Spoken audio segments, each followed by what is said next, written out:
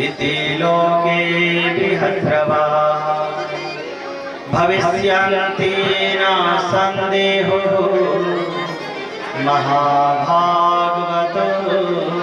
महा तस्मात् नामना विष्णु राधा। उस बालक का जो माँ के गर्भ में ही नष्ट होने वाला था, भगवान ने रक्षा करी। तो ब्राह्मणों ने, ऋषियों ने इस बालक का नाम विष्णु रात रखा। विष्णुना रातः दत्तः रक्षितः इति विष्णु रात।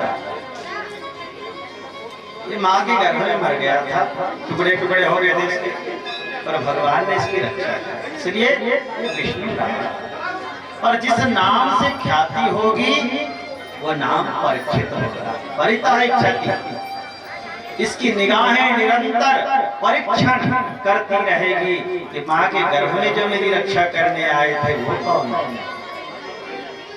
इसलिए इसका नाम परीक्षित होगा। भविष्यन्ति न संदेहो महाभागवतो महा। इसमें कोई शक नहीं कि ये परम भक्त होगा, ये भगवान का अनन्य भक्त होगा। भक्तों में प्रहलाद के समान भक्त होगा, धनुर्धारियों में अपने पितामह अर्जुन और सहस्रार्जुन के समान ये धनुर्धारी होगा। सिंह के समान पराक्रमी होगा, समुद्र के समान दुस्तर होगा, अग्नि के समान तेजस्वी होगा।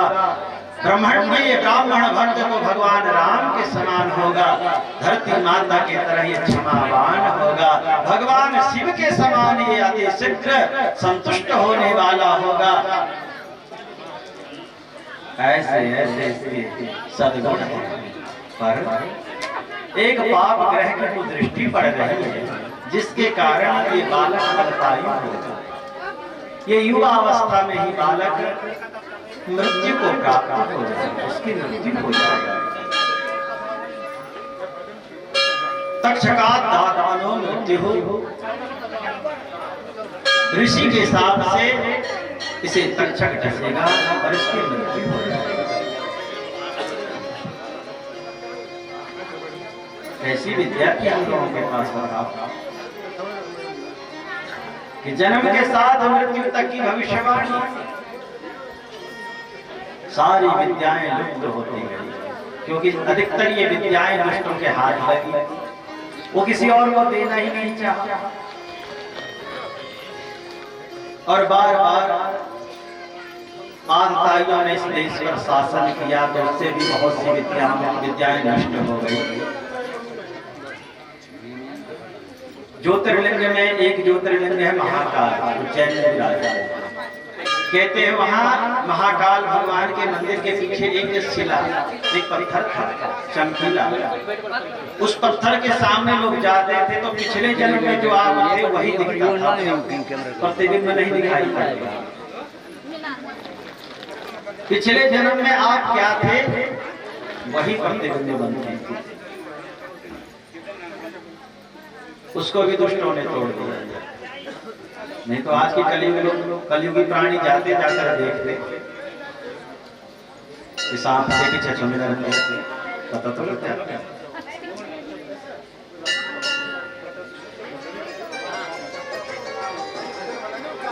परीक्षित जी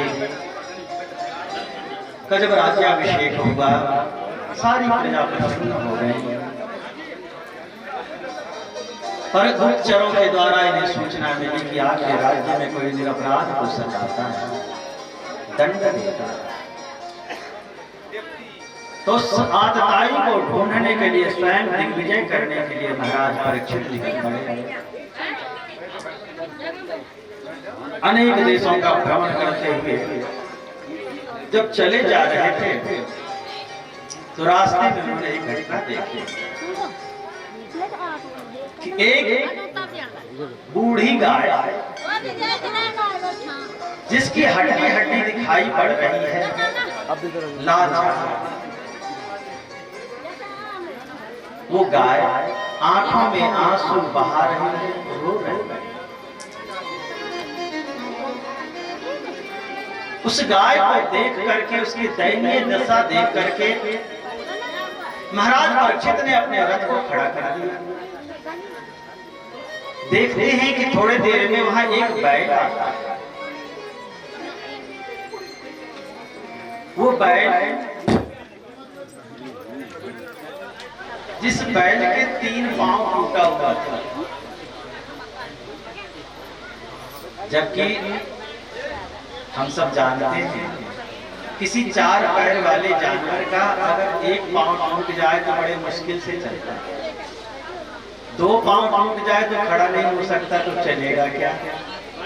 पर इस बैल के 3 पांव टूटा हुआ है, 1 पांव पर ये खड़ा भी है और कष्ट के साथ चल भी रहा है।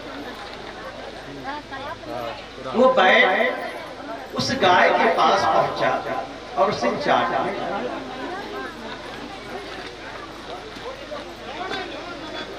चाटते हुए उस गाय से कह रहा, बैल दे दे, क्यों रो रही हो तुम? क्या तुम हमारे लिए रो रही हो? मेरी ये दुर्दशा देखकर रो रही हो? अथवा हे देवी, तुम गौ जाति पर होने वाले जुल्म से रो रही हो। पहले अपना ये क्षेत्र गौ भक्तों का क्षेत्र, अब तो लोग ऐसे हो गए हैं कि गाय दूरी हो जाए तो जंगल में छोड़ दो। कितना निंदित करना है।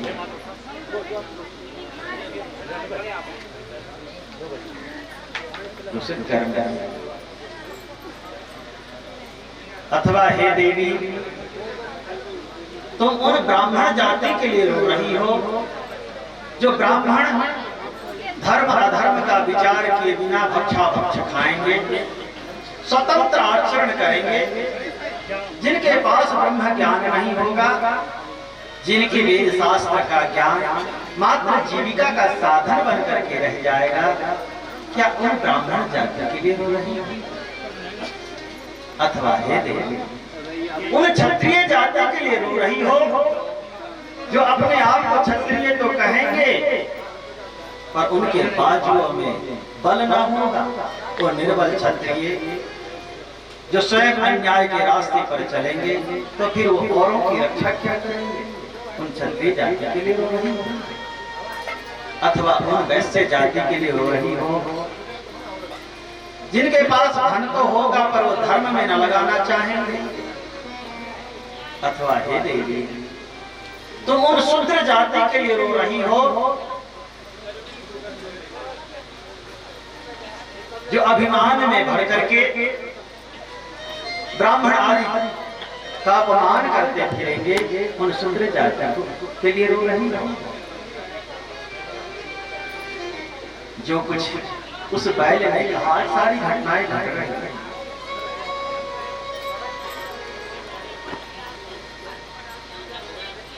ये आपस में वार्तालाप हो रही थी।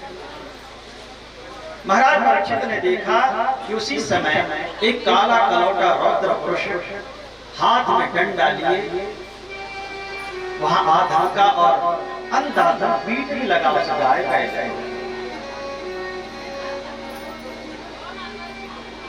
जो राजा के भेष में था, परीक्षित जी ने जो देखा तो उसे ललकारा, कष्टम मच्छरणे लोके बलांधस्य बलान बलिहीन हृदयो श्रीवेशीन नटवत्कर्मणानुजः।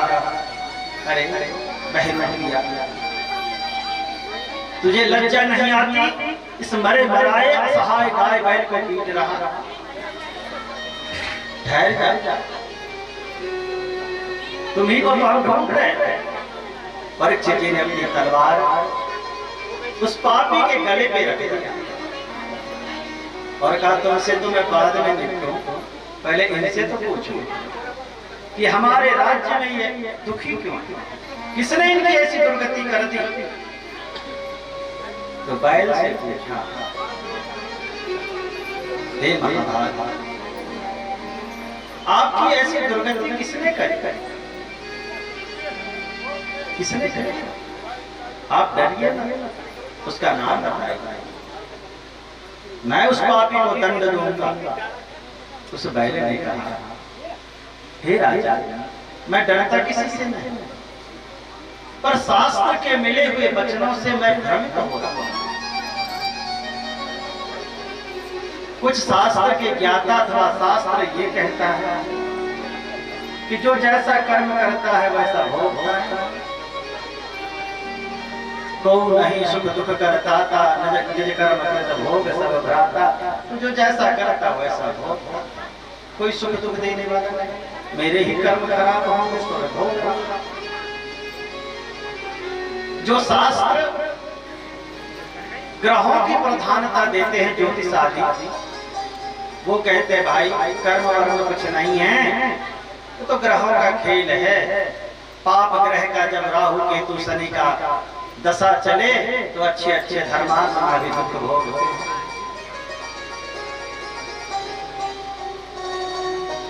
और जिन शास्त्र प्रारब्ध की प्रधानता देते हैं तो कहते हैं प्रारब्ध पहले रचा पीछे रचा शरीर। प्रारब्ध में दुख लिखा है तो कोई सुख दे नहीं सकता। और कुछ शास्त्र का कथन है कि कई जन्मों का मनुष्य का जीव का पाप पुण्य होता है, उसे भी भोगना पड़ता है, तो भोगना। और कुछ शास्त्र ऐसे भी हैं जो भाग्य की प्रधानता देते हैं, तो उनके कथनानुसार भाग्य न फलति सर्वत्र न तो विद्या न पौरुषम। भाग्य ही फल होता। अब भाग्य में लिखा है डंडा खाना, पाँव टूटना, तो क्या करें। और मीमांसा शास्त्र का कथन है कि न तो सुख नाम की कोई चीज है न दुख नाम की कोई चीज है। ये भ्रम मानता है। जो मन को अच्छा लगा वो सुख, और मन को जो अच्छा नहीं लगा वो दुख। मन तुम्हारा, मन को अच्छा लगा वो सुख, और मन को अच्छा नहीं लगा वो दुख। सुख न तो किसी पदार्थ में है न किसी पदार्थ में दुख है, किसी में कुछ नहीं लगता। बस अपने मन को जो अच्छा लगा वही सुखद है, और अपने मन को जो अच्छा नहीं लगा वो सुखद नहीं।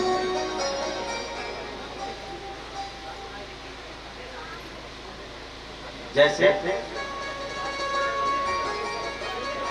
आप लोग बैठे हैं, अब कोई परिचित आकर के जगह नहीं है तो पर भी बीच में बैठना चाहे तो अच्छा लगेगा, ठीक है, क्योंकि हम भी चाह रहे थे कि वो हमारे ही बीच में बैठे। जगह नहीं है फिर भी कोई परेशानी नहीं, अच्छा लगा। और जो परिचित ना हो, जिसको हम नहीं चाहते कि यहाँ बैठे हो, फिर भी जबरदस्ती बैठ जाए तो परेशानी होने लगेगी। उसका शरीर नहीं भी महकता हो तो महकने लगेगा। कहने का तात्पर्य ये है कि हमारा मन जिसको स्वीकार कर लेता है वही हमारे लिए सुख बन जाता है। जैसे कोई शराब पीने वाला, उसके मन को स्वीकार कर रखा है, उसके लिए उसी में सुख उसे मिल रहा है। पर हम जैसे लोगों को कोई अगर छू के भी बर्तन दे दे तो हमारे लिए दुख का कारण हो जाएगा। उस हाथ से अगर बर्तन भी छू दे तो हमारे लिए तो दुखद हो जाएगा। ये मन का खेल है। इसलिए सुख और दुख नाम की कोई चीज नहीं है। ये बात बैल कह रहे हैं। महाराज परीक्षित ने पहचान लिया कि साधारण बैल इतना ब्रह्म ज्ञान नहीं सुना सकता। तो धर्मं ब्रवीषि धर्मज्ञ धर्मोऽसि वृषरूपधृक् यद् धर्मकृतस्थानं सूचकस्यापि तद्भवेत्। आप तो धर्म का उपदेश कर रहे हो महाराज, मैं पहचान गया आपको कि आप स्वयं धर्मराज हो। मैं इस गाय को भी पहचान गया, ये गौ माता धरती माता है। और इस पापी को भी पहचान गया, जो आप पीट रहा था ये कोई और नहीं है, कलयुग है। तीनों को पहचान गया। सत्यम शौचम दया। देखो महाराज, अभी आपके सिर्फ एक चरण है, क्योंकि धर्म के 4 पांव होते हैं। अलग अलग शास्त्रों के, पुराणों के कथानुसार अलग अलग है। तपः शौचम दया सत्य मिति पादा कृते कृता अधर्मांशस्त्रयो भग्ना अस्मै संग। भागवत के कथनानुसार धर्म, हमारा जो सनातन धर्म है, उसके 4 पांव हैं।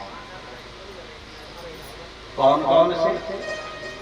पहला पांव है तपस्या, दूसरे परिपक्वता, तीसरा दया और चौथा सत्य। ये 4 हमारे धर्म के पांव हैं।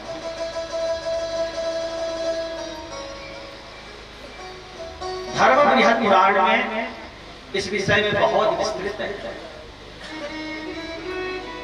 वहां सत्य, दया, शांति और अहिंसा ये धर्म के पांव बताए गए। धर्म बृहद पुराण। अधर्मांशस्त्रयो भग्ना अस्मै संगमदैस्तव। अधर्म रूपी तलवार से धर्म के 3 पांव काट दिया जाता है। कौन कौन अधर्मी है जो धर्म के पांव काटते हैं, उसका भी वर्णन। अस्मै संग मदई तव। अस्मै नाम अहंकार। अहंकारी लोग धर्म के तपस्या रूपी पांव को काट देते हैं। धर्म के जो 4 पांव हमारे सनातन धर्म का है, वो 3 पांव कट चुका है, अभी 1 पांव है और पूरा शरीर धर्म का उसी पर आधारित है। तपस्या रूपी पांव जैसे जैसे कलयुग बढ़ता जाएगा, वैसे वैसे देखना लोग नहा करके खाना भी नहीं पसंद करेंगे। अभी ही वो स्थिति है। और तपस्या करना तो छोड़ो, व्रत नियम संयम ये वो तो बहुत बड़ी बात है। तपस्या के नाम पर लोग सुबह 4 बजे उठना भी पसंद नहीं करेंगे। ऐसी दुर्गति हो गई।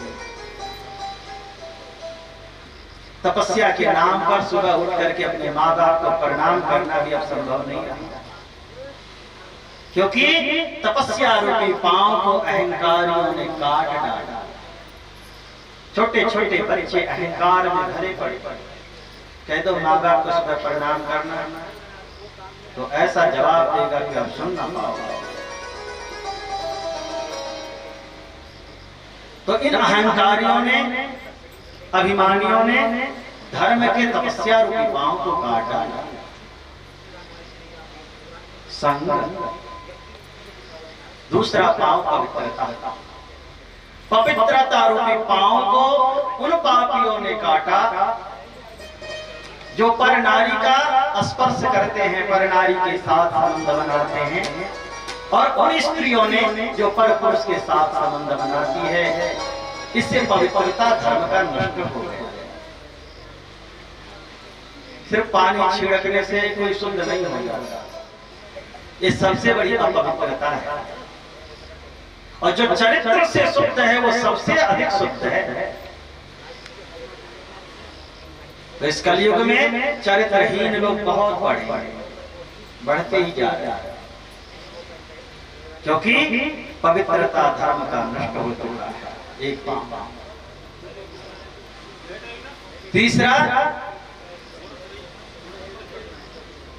दया रूपी पांव उन पापियों ने नष्ट किया। धर्म का मदई है जो मदिरा पीते हैं। मदिरा पीने वाले, शराब पीने वाले धर्म के एक पांव, दया रूपी पांव को काटते हैं। बोतल तो आप घर में पी रहे हो, पर सनातन धर्म का दया रूपी पांव कट रहा है।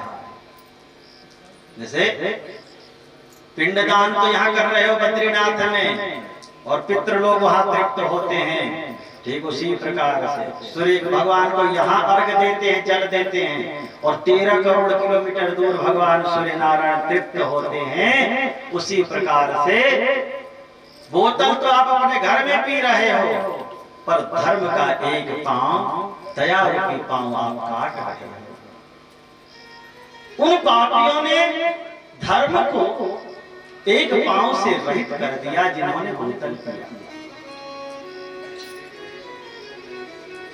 स्मृतियों के कथनानुसार पंच महापाप, 5 महापाप, उससे बड़ा कोई नहीं, उससे सब नीचे। कौन कौन? ब्रह्म हत्या, गौ हत्या, ब्रह्म हत्या, ब्राह्मण हत्या, गौ हत्या, गुरु स्त्री गमन, मदिरा पान और स्वर्ण चोरी, ये 5 महापाप। जो ब्राह्मण की हत्या करता हो, लोग थोड़ा यहाँ जातिवाद से ले लेते हैं, पर ये जातिवाद सूचक नहीं। मैं इसको स्पष्ट थोड़ा और कर देता हूं। मान लिया जाए ब्राह्मण की हत्या ज्ञान की हत्या है। मान लिया जाए मेरी ही कोई गला काट के चला जाए, हत्या कर दे, तो उसको अधिक पाप इसलिए लगेगा कि अगर मैं 10 साल और जीवित रहता तो कम से कम 10 साल में 1000 कथा सुनाता, 500 कथा सुनाता लोगों को, हजारों लोगों को मैं धर्म का राह दिखाता। अब जिसने मेरी हत्या कर दी, मेरे अंदर जो ज्ञान था, जो तपस्या थी, वो मैं बांट नहीं पाया, उसने उसको वही विराम कर दिया। उस ज्ञान की हत्या कर दी।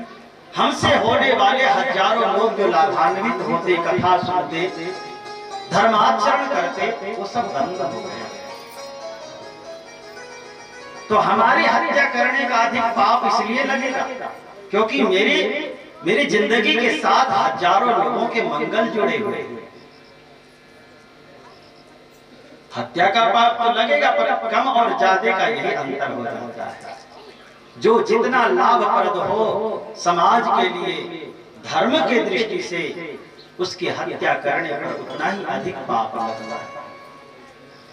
जो समाज के लिए मंगलकारी है, जैसे गौ मंगलकारी है,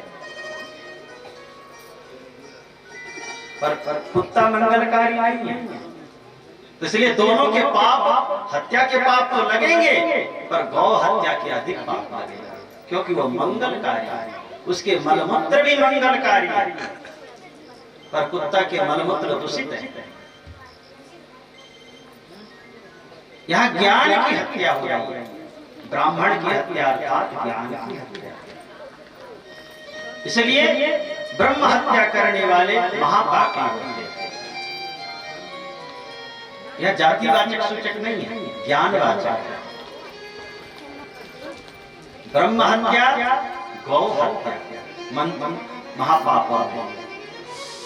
गुरु स्त्री गमन, गुरु स्त्री अर्थात अपनी माँ, बुआ, मौसी, बहन, बेटी, ये सब गुरु स्त्रियों में आती हैं। जो इनके साथ शारीरिक संबंध बना लेता है वो महापापा है।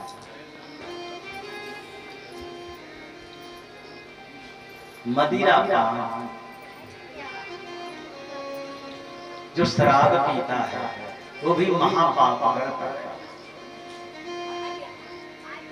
फिर शराब में ऐसा क्या था? एक ने पूछा हमसे कि स्वामी जी, जो अंग्रेजी बने वो तो फल फूटों को सड़ा कर बने, जो हिंदी वाले बने वो गुड़ से बने, फिर ऐसा है क्या? गुड़ खाने में पाप नहीं और उससे निकलने वाले शराब में पाप? तो हमने कहा वैसे ही जैसे गाय के थन से दूध निकलता है, उसे पीने में तो पाप नहीं है, पर गाय के थन से अगर खून निकल रहा हो फिर पी लो तो पाप ही है। तो गुड़ खाने में पाप नहीं है, गाय के दूध खाने में पाप नहीं है, पर गाय के खून पीने में पाप है। गाय को ही खा जाने में जरूर पाप है।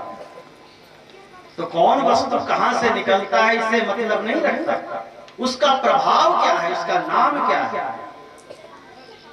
उससे लाभ क्या है, उससे हानि क्या है, ये मायने रखता है।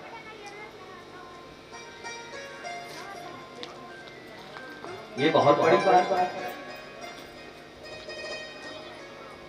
तो ऐसा है क्या जो महापाप की श्रेणी में रखा? क्योंकि मदिरा की शराब की उत्पत्ति समुद्र मंथन से है। मदिरा समुद्र मंथन से उत्पन्न हुई। ये मदिरा छोटी सी कन्या बनकर के उत्पन्न हुई, बच्ची छोटी सी। देवताओं ने देखा, दोनों का समझौता तो यही था कि आधा आधा बांटेंगे, एक तुम लेना एक हम लेंगे। तो बारी तो देवताओं की थी। जब मदिरा निकली तो देवताओं ने देखा छोटी सी बच्ची है, फूल सी है बेटी। अरे 4 साल की बच्ची किसी की भी हो तो हमारी बेटी ही जैसी है ना, उसको बेटी ही कहेंगे। तो देवताओं ने हाथ जोड़ा, कन्या। राक्षसों ने उसे स्वीकार कर लिया, कहा मैं दे। उन्हें धर्म अधर्म से तो कोई लेना ही नहीं था। इसलिए ऋषियों की ऐसी मान्यता है, विद्वानों की ऐसी मान्यता है कि मदिरा पीना इसलिए महापाप में है क्योंकि ये मदिरा उस समय छोटी सी कन्या के रूप में उत्पन्न हुई। देवताओं ने नमन किया, स्वीकार नहीं किया। राक्षसों ने उसके साथ भोग किया, छोटी सी बच्ची के साथ। वो राक्षसी थे, उनके अंदर मानवता थी नहीं। इसलिए जो मदिरा पीते हैं उस मदिरा में कन्या का निवास है, इसलिए उसे अपने कन्या के साथ भोग करने का पाप लगता है। मदिरा पीना और अपनी बेटी के साथ संबंध बनाना दोनों बराबर है, इसलिए महापाप है। अब जिसने ऐसा पाप किया तो उसकी क्या गति होगी, वो कैसे शुद्ध होगा? इस पर मनु महाराज कहते हैं कि ऐसे महापापी वो धरती के लिए बोझ है। वो महापापी जब देवालय में मंदिर में जाता है तो दूर से देवता देख करके भाग जाते हैं मंदिर छोड़ करके। आप मंदिर में जाओ, पहले भाग जाए, उन्हें देखकर वैसे पापी। तो देखो आज देवालय में कितना भी सरपट को कुछ होता नहीं। होता क्या? देवता एक बोतलबाज को देख करके भगा, फिर देखा कि वो चला गया, फिर दूसरा वही था, फिर बेचारा फिर भागा, भागते भागते थक गया तो चलो भाग ही जाओ सदा के लिए। तो मंदिर में मूर्ति रह जाती है। जिन देवताओं की प्रतिष्ठा की जाती है बेचारे भागते भागते थक जाते तो भाग ही जाते सदा के लिए। उनके हाथ से किया हुआ पिंडदान पीतर स्वीकार नहीं करते जो मदिरा पी लेते हैं। उनके हाथों से चढ़ाया हुआ पुष्प अर्घ कुत्ते के मलमूत्र के समान है। जो मदिरा पीता है महापाप करता है। महाराज ऐसे महापापियों की शुद्धि कैसे होगी? आज इसका बड़ा प्रचलन चल रहा है। पहले तो पुरुष ही पीते थे। एक वीडियो किसी ने हमको दिखाया बारात की, तो वहाँ माताएं भी प्लास्टिक के गिलास में लेके सब बैठी थी, औरतें भी। छोटे छोटे बच्चे जैसे शरबत बट रहे हैं। कहाँ जा रहा समाज? सोचो उन बच्चों की क्या जिंदगी होगी, उसने क्या जवानी देख ली। जो 8 साल 10 साल के बच्चे अभी से बीड़ी पी रहे हैं, दारू पी रहे हैं, उन्होंने क्या जवानी देख ली। जवानी तो बाद में आएगी, रोग ही रोग हो जाएगा शरीर। तो ऐसे पापियों का शुद्धिकरण कैसे हो? प्रश्न ही होता है। मनु महाराज से मनुस्मृति में पूछा गया है तो मनु महाराज कहते हैं कि ऐसे पापियों का अब 2 प्रकार के हो जाते हैं। एक धोखे से पी लिया और एक जानबूझ करके पिया। 2 प्रकार। एक होता किसी ने धोखे से दे दिया तो मुंह में डाला, एक घूंट पिया, अरे ये क्या पिला दिया, फेंक दे। अगर पूरे निपटा दिया तब तो वो भी जानबूझ कर पीने वालों में।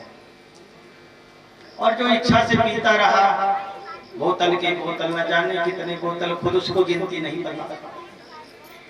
तो दोनों महापापी हैं, जो धोखे से पिया वो भी, और जो जानबूझ के पी रहा वो तो है ही, दोनों ही महापापी।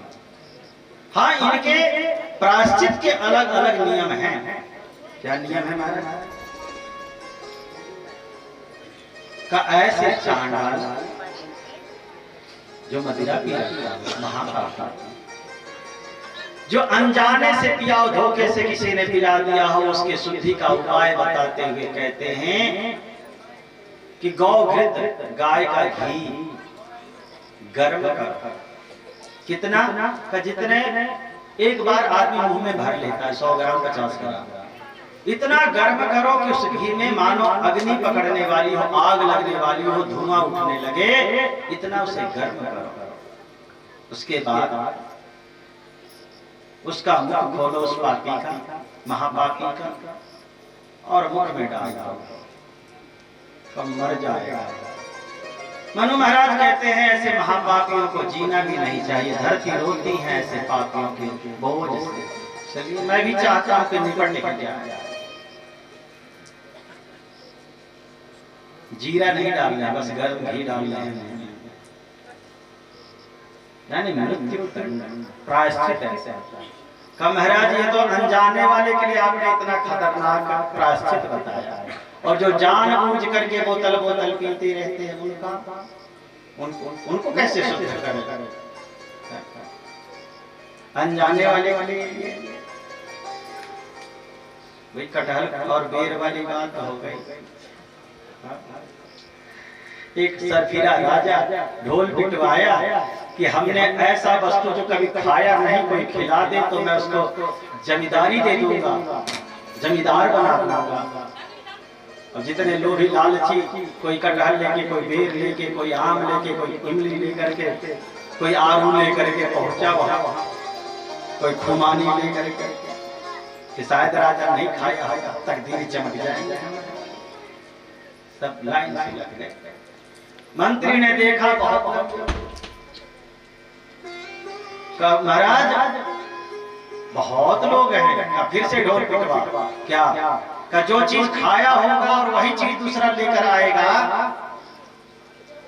और मैं पहले से खा रखा होगा, तो उसके मुंह में ठुसवा देंगे, भीतर करवा देंगे, मुंह चलाने का मौका नहीं देंगे, सीधे भीतर पेट में जबरदस्ती ढोल पिटवा दो।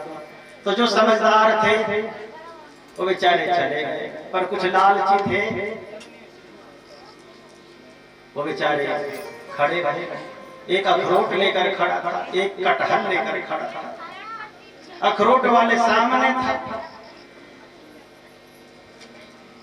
राजा ने पूछा, क्या लाया? अखरोट। सरकार खाए हैं, बहुत बगीचा है, अभी भी खाते हैं। आदेश दिया इसके मुंह में डाल, देखना मुंह चलाने ना दे, सीधे भीतर कर। अब इतना बड़ा अखरोट बिना चलाए होगे, बिना तोड़े, लकड़ी सहित भीतर जाए, क्या दुर्गति होगी। पर उसके मुंह में जब डाला तो वो हंसने लगा। राजा ने कहा, निकाल, वापस निकाल इसके मुख से।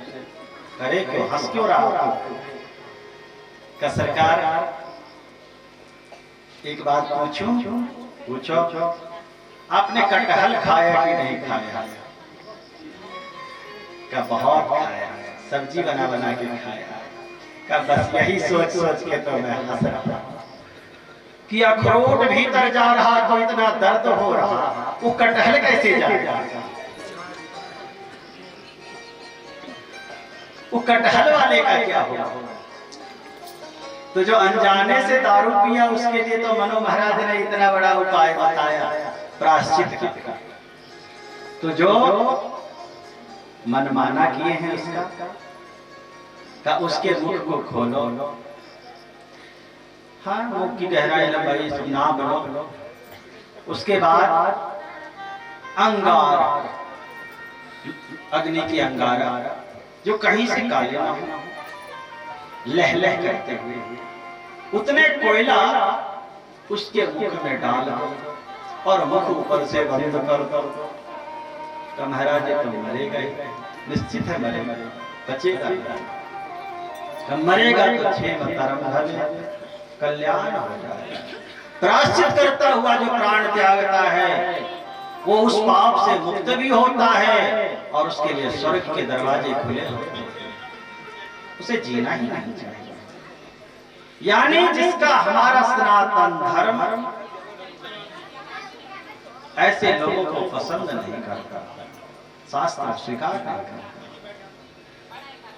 तो मैं तो कहूंगा जो लोग ऐसे पाप कर रहे हैं बचो इस पाप से, महापाप। कर्मानुगो जीव गच्छति एकमात्र कर्म ही जीव का साथी है, वही आपके साथ जाने वाला है। उसको मत बिगाड़ो, उसको मत खराब और कुछ नहीं जाएगा। ना धर्मं त्यज्य जीवितस्यापि हेतु, तो किसी कारण से भी धर्म का त्याग मत करो, क्योंकि बोतल पिलाने वाले अनेकों हो जाएंगे पर यमराज के द्वारा जब दंड दिया जाएगा तो वो तुम्हारा ही होगा, वहां कोई दूसरा नहीं होगा भोगने वाला, तुम अकेले हो। कर्मानुगो जीव गच्छति, कहा एकमात्र जीव ही अपने कर्मों का फल भोगेगा।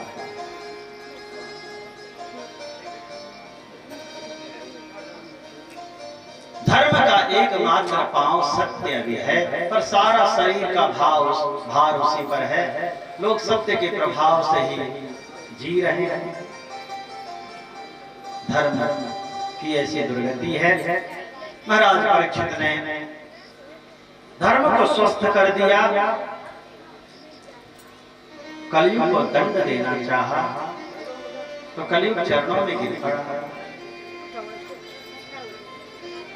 अभ्यर्थितस्तदा तस्मै स्थानानि कलये ददौ, द्योतं पानं स्त्रियः सोना यद्रा धर्मश्चतुर्विधः। कलयुग का अंत करना चाहा तो काल को तो मार सकते नहीं थे, काल अपनी जगह बना लिया। परीक्षित के चरणों में गिर पड़ा। आह चेदम हसन्निवः पतितं पादयोर्वीर कृपया दीन वत्सल। परीक्षित जी बड़े दयालु थे, धर्मात्मा थे। अपने चरणों में पड़े हुए कलयुग को देखा तो दया आ गई। कहा मेरे राज्य से निकल जा। कहां जाऊं, हर जगह तो आप ही हो, कोई जगह दे दो तो मैं वहीं गुजारा करूंगा। तो द्यूतम पानम स्त्रियः सोना, 4 जगह दिया। द्यूतम अर्थात जुआ, जुआ में कलयुग का निवास है, पहला स्थान जुआ।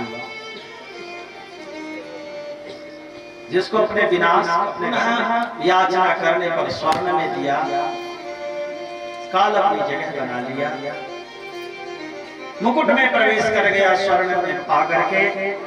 और महाराज परीक्षित की बुद्धि भ्रमित होने लगी। बुद्धि नाशात् प्रणश्यति, और जिसकी बुद्धि भ्रमित हो जाती है, नष्ट हो जाती है, उसका पतन निश्चित हो जाता है। महाराज परीक्षित शिकार खेलने गए, निरपराध की हत्या करने गए, भूख प्यास से त्रस्त हुए, समीक ऋषि के आश्रम पहुंचे। वो तपस्या कर रहे थे, जल मांगा मिला नहीं तो मरा हुआ सांप गले में लपेट लिए उन्हें अपमानित किया। शिष्य ने देखा, जिसका नाम दौरमुख था, उस शिष्य ने जब देखा तो जाकर के उनके पुत्र को बताया, श्रृंगी को। श्रृंगी क्रोधित होकर के साफ दे दिया। इति लंघित मर्यादः तक्षकः सप्तमे हनिः। जिसने ये अमर्यादित कर्म किया है मेरे पिता के साथ, आज से ठीक 7वें दिन उसे तक्षक नाम का सर्प डस लेगा और उसकी मृत्यु हो जाएगी। जब दौरमुख नाम के शिष्य ने आकर के बताया परीक्षित को समीक ऋषि ने भेजा, सूचना दे दो राजा, मेरे पुत्र से अपराध हो गया, अनजाने में साप दिया, अब जब दे ही दिया है तो राजा से जाकर कह दो उसके जीवन के कुछ शेष काम हो तो उसे पूर्ण कर ले। महाराज परीक्षित ने सोचा, सब काम किया पर मुक्ति के लिए कोई उपाय नहीं किया। सर्वस्व का त्याग कर अपने पुत्र जन्मेजय को राज सिंहासन पर बिठाया और गंगा जी के शरण में जाकर के सुप्रताल में बैठे। सारे पृथ्वी पर खलबली मच गई। जो महात्मा जहां थे वहीं से परीक्षित के दर्शन करने के लिए दौड़ पड़े। भृगुर वसिष्ठस्य च्यवनस्य मेधातिथि देवल देवरात। भृगु है, वशिष्ठ है, मेधातिथि है, देवल है, देवरात है, गादी सुत विश्वामित्र हैं, परशुराम जी हैं, छाया सुत हैं, जाजली हैं, जहन्नु हैं, स्वयं भगवान वेदव्यास हैं। सब महात्मा इकट्ठे हुए। दुखी मन से ही परीक्षित ने सबका सम्मान किया, आदर किया। पर परीक्षित की तो एक लालसा थी कि मां के गर्भ में जो मेरी रक्षा करने आया था वो नहीं आया। अब तो जाने की तैयारी हो गई पर उनके दर्शन न हुए। सो परीक्षित की आंखें तड़प रही थी। मेरा छोटा सा संसार हरि आ जाओ एक बार। मेरा छोटा सा संसार हरि आ जाओ एक बार। मेरा छोटा सा संसार हरि आ जाओ एक बार। मेरा छोटा सा संसार हरि आ जाओ एक बार। हरि आ जाओ प्रभु आ जाओ। हरि आ जाओ प्रभु आ जाओ। हरि आ जाओ प्रभु आ जाओ। हरि आ जाओ प्रभु आ जाओ। ढूंढो सब दरबार हरि आ जाओ एक बार। मैं ढूंढो सब दरबार हरि आ जाओ एक बार। मैं ढूंढो सब दरबार।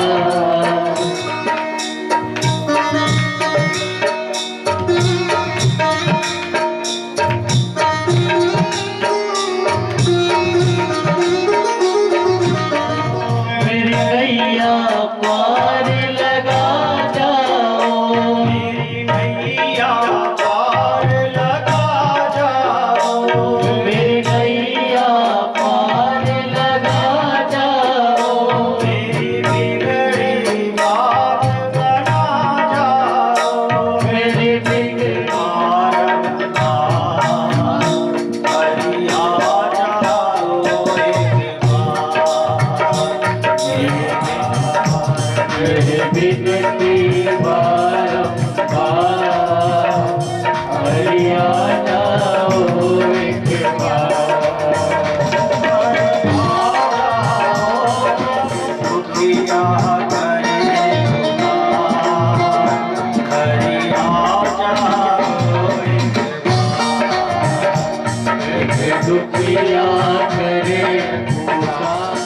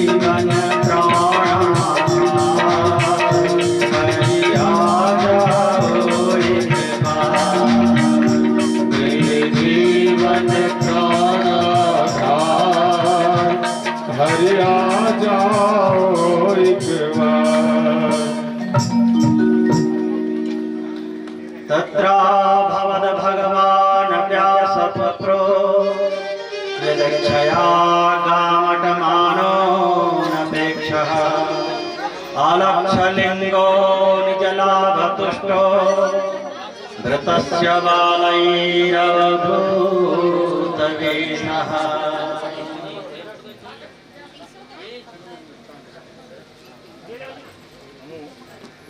शांति से पैसा चीज ही ऐसा है, भाई भाई शांति से बैठे हो, बाप बेटा भी अगर पैसे की बात चले तो फिर तू में शुरू हो जाएगा। ये चीज ही है कि पैसा बोलता है। भगवान महामुनि सुखदेव सभा में पधारे। परीक्षित जी ने प्रणाम किया, आसन देकर विराजमान किया, अर्घाचरण देकर के उनका सम्मान किया, मधुपर्क देकर उनकी थकान दूर करी और हाथ जोड़ करके बोले, अहो अद्य वयं ब्रह्मण सत्सेवया छत्रबन्धवः कृपयातिथरूपेण भवद्विस्तीर्थकाकृता येषां संस्मरणात् पुंसां सद्यः शुद्ध्यन्ति वै गृहाः किं पुनर्दर्शनस्पर्श पादशौचासनादिभिः अतः पृच्छामि संसिद्धिं योगिनां परमं गुरुं पुरुषस्य यत् कार्यं म्रियमाणस्य सर्वथा यत् श्रोतव्यं अथो जप्यं यत् कर्तव्यं गृहे प्रभो संस्मर्तव्यं भजनीयं वा ब्रूहि यद्वा विपर्ययम्। परीक्षित जी जो प्रश्न किए हैं उसी प्रश्न के संपूर्ण भागवत की कथा है।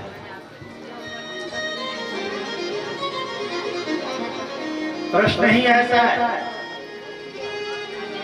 यत् श्रोतव्यं अथो जप्यं यत् कर्तव्यं नृभे प्रभो। हे प्रभु, जिसकी मृत्यु निश्चित हो, जो एक दिन मरने ही वाला है। कोई हाथ उठा के कह सकता है कि मैं मरने वाला नहीं? कोई है संसार? कोई नहीं। हम खुद नहीं कह सकते, यानी सब मरने वाले हैं। म्रियमाणस्य सर्वथा, जिसकी मृत्यु निश्चित है। यत् श्रोतव्यं, क्या सुने? पहली बात सुनने की तो है। परसों के प्रसंग में हमने कहा था कि समाज की सबसे बड़ी समस्या क्या है? सुनने की। कोई किसी का सुनना नहीं चाहता। सारी परेशानियों की जड़ सुनना ही चाहता। बाप कहता है कि बेटा मेरा नहीं सुनता, बेटा कहता है मेरा बाप नहीं सुनता, पति कहता पत्नी नहीं सुनती, पत्नी कहती पति नहीं सुनता, भाई भाई कहता तो मेरा सुनता ही नहीं। सबके साथ एक ही समस्या है, सुनने की। सुनता नहीं कोई किसी का। और खास करके जंगलों में आप देखेंगे माताएं जब लकड़ी काट के आती है, घास काटने, तो सब बोलती है, सुनता कोई किसी का नहीं। सब बोलती है, अपनी अपनी सब कथा लगाती है।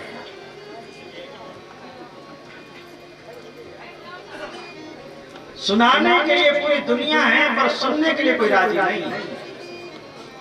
जनता कहती है कि नेता नहीं सुनता, नेता कहता है कि मैं तो हाथ जोड़ जोड़ के घर घर घुमा, जनता नहीं सुनी। हमें वोट दिया, वो तो हमने तिगड़म रची सो जीत गया। इसको लड़ाया, उसको भिड़ाया, वहां से उसको खड़ा किया, वहां से जातिवाद कराया, तब जाकर के जीत गया। जनता थोड़ी सुनी हमारी बात। तो सबकी समस्या एक ही है कि सुनता कोई। और पहला प्रश्न परीक्षित जी ने कहा कि जिसकी मृत्यु सुनिश्चित है यत् श्रोतव्यम, वो क्या सुने। पहले तो ये मनुष्य सुनना नहीं चाहता किसी का, और अगर सुनने को राजी हो तो क्या सुने फिर। मधोजप्यम, फिर सुने तो याद किसको रखे, दिन भर तो कोई ना कोई बोलता ही रहता, तो याद किसको रखे। यत् कर्तव्यम, फिर उसके लिए कर्तव्य क्या है, वो क्या करे।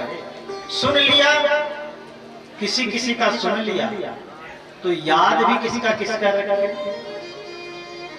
और याद अगर कोई बात रह गई तो फिर करे क्या उसका। मत हो जाए।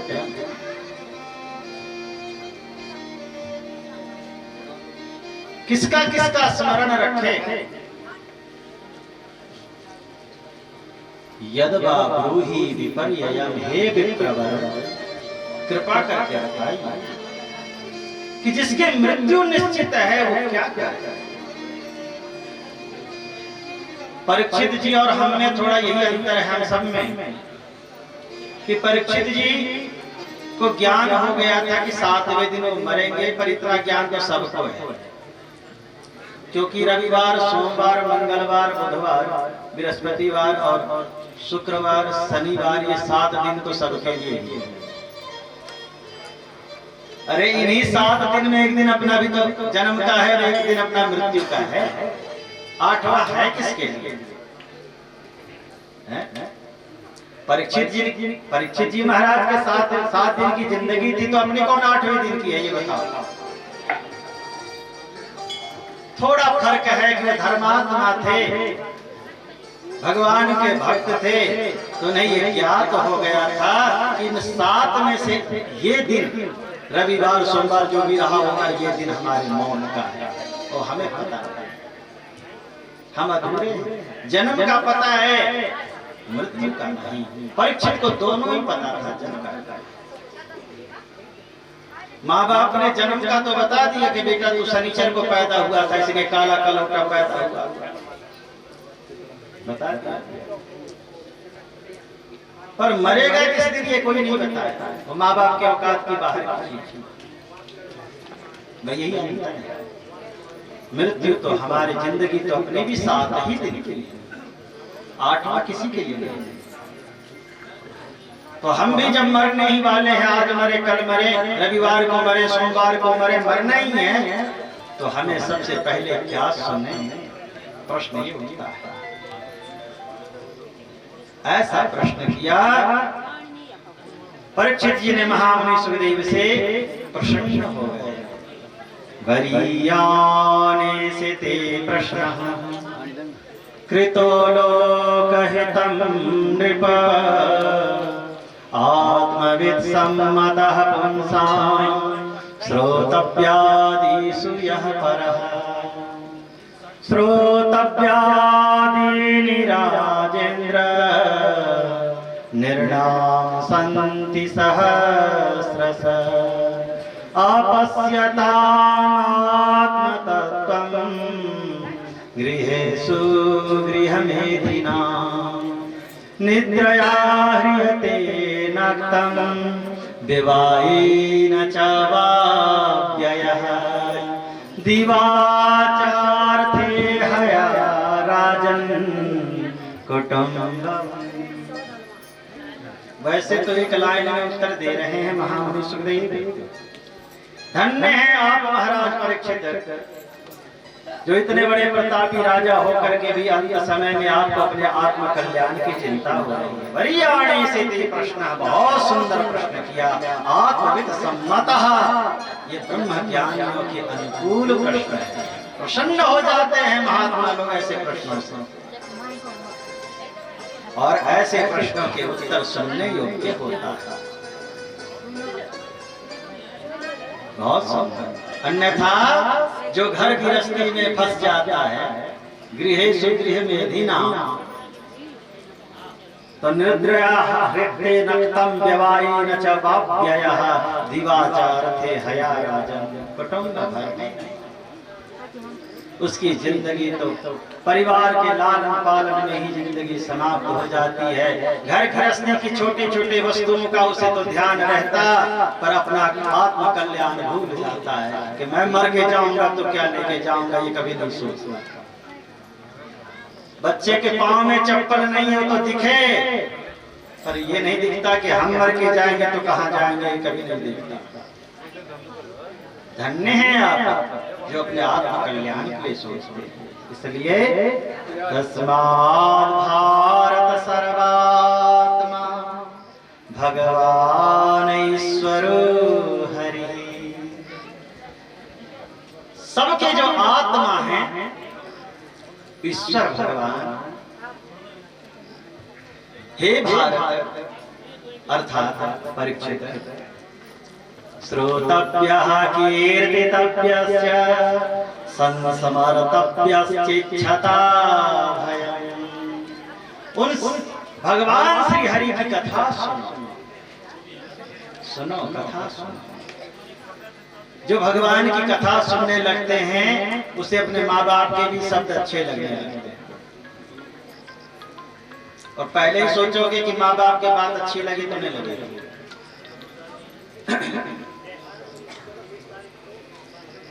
भगवान की कथा सुनो, श्रोतव्यः कीर्तितव्यस्य, भगवान के नाम जपो, कीर्तन करो।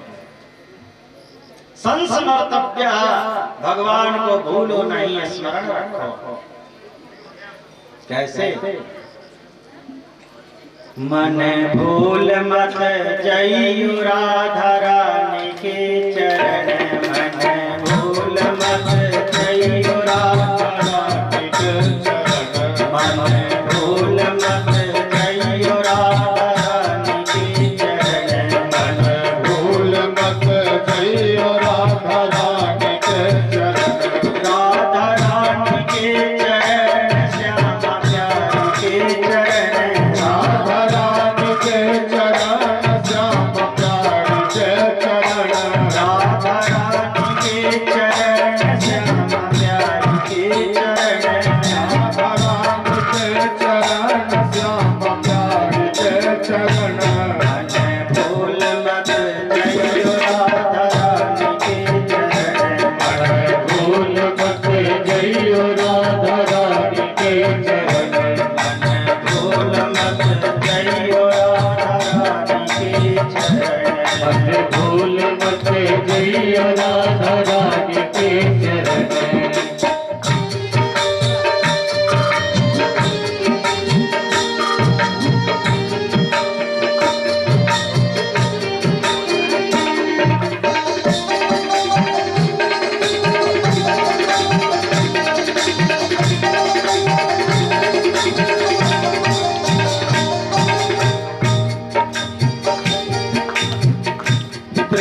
भानु की किशोर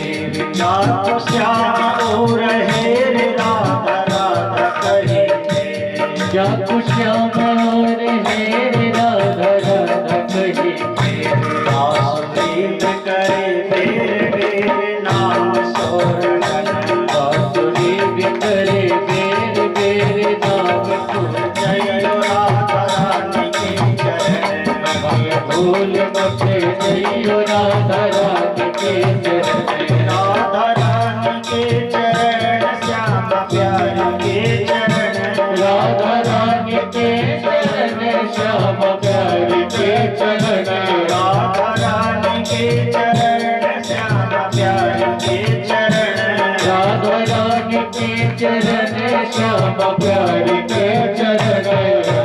भूल मत छोड़ दुनिया की राधा नाम के सहारे तेरो जीवन मरण, राधा नाम के सहारे तेरे जीवन मरण, राधा नाम के सहारे तेरो जीवन मरण, राधा नाम के सहारे तेरे जीवन मरण।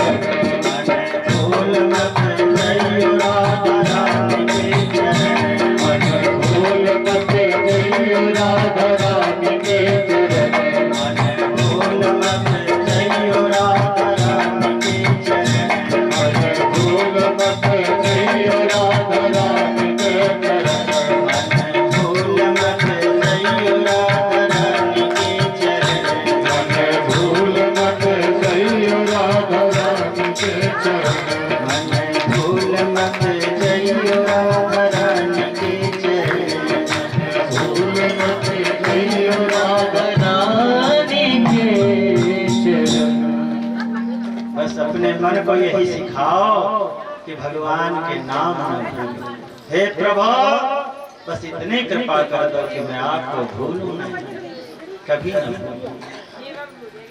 और जो भगवान को भूलता नहीं, उसे भगवान भी नहीं भूलते हैं।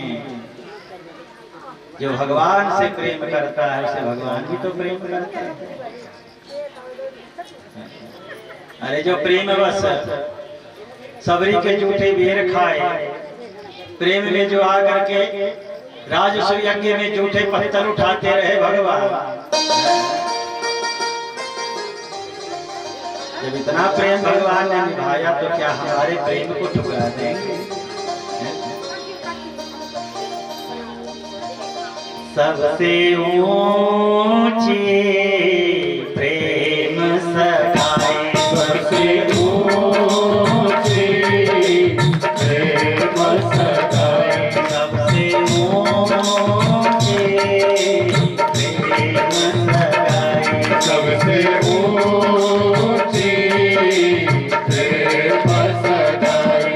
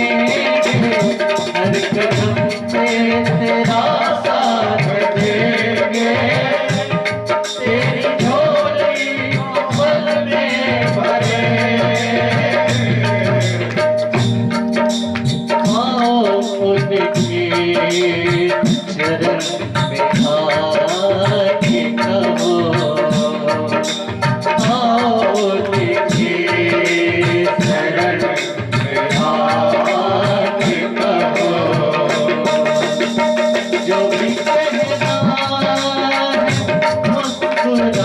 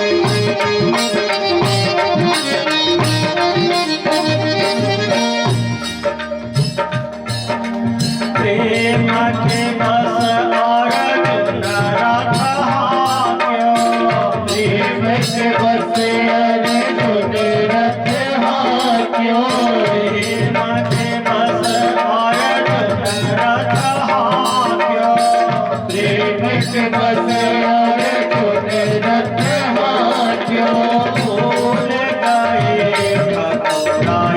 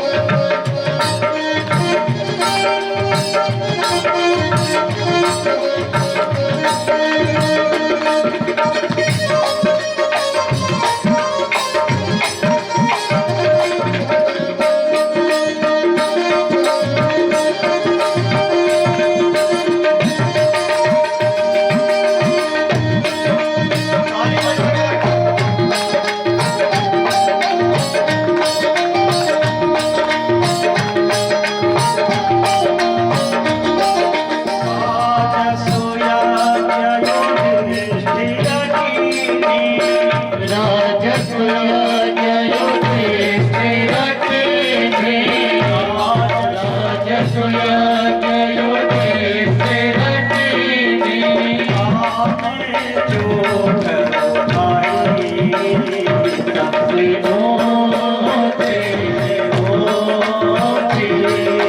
प्रेम सगाई सबसे ऊंचे प्रेम सगाई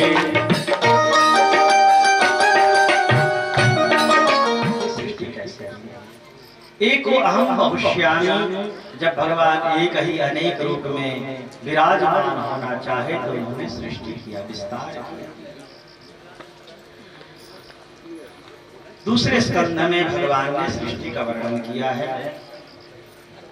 तीसरे स्कंध में मैत्री मुनि और उद्धव जी का संवाद है।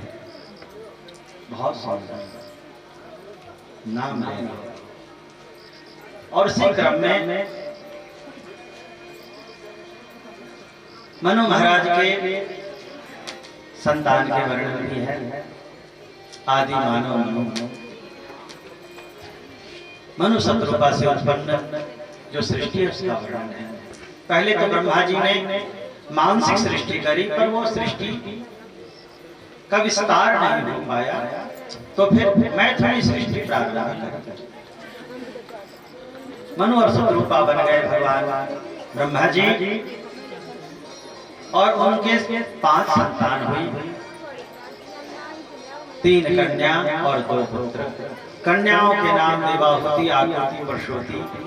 पुत्र 2 हुए, प्रियव्रत और तानपार, जिससे सृष्टि का विस्तार हुआ। उसी क्रम में सती की भी कथा आती है। नमन करता हूं मैं, भोलेनाथ से क्षमा चाहता हूं, समय अभाव है।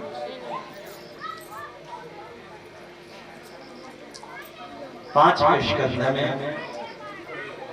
कर्म का किस प्रकार से खेल है, कैसे कैसे कर्म करके ये जीवात्मा किन किन नरक आदि में जाता है, उसका वर्णन है। रौरव, महारौरव, अंधता, मिश्रता, मिश्रसी, पत्रवन, संदंस, कृमि भोजन, लावा, भक्ष, स्वान भोजन, वैतरणी आदि 28 प्रकार के नरक का वर्णन है।